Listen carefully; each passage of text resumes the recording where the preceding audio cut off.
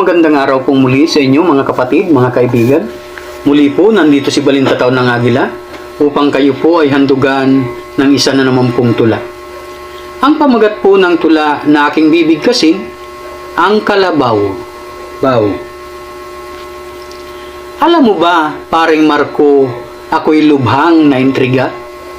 Diyan sa dalwa mong kalabaw na iyong ang hila-hila. Ang isa ay kulay itim, puti naman itong isa. Saan mo ba yan dadalhin ang kalabaw na dalawa? Doon pare sa bukana, pagkat paliliguan ko. Ang panahon ay mainit, kailangan na magpapresko. Saang lugar mo ba pare sila pinapapaligo? Yung puti ba o yung itim? Alin bang tinutukoy mo? Itong puti, paring Alvin, sa ilog yan naliligo? Saan naman naliligo ang itim na kalabaw mo?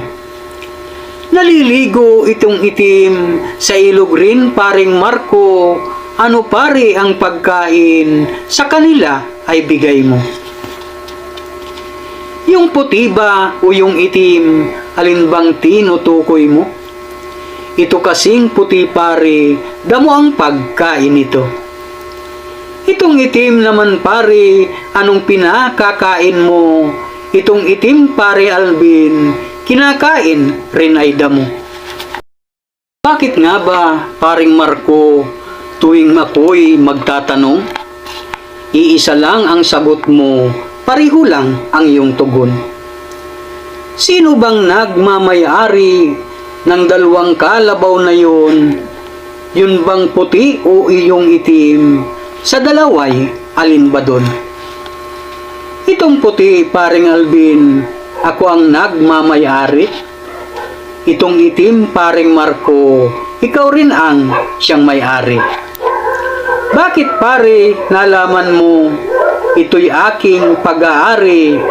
Secret pare, at walang clue, di ko sa'yo isasabi. Salamat po.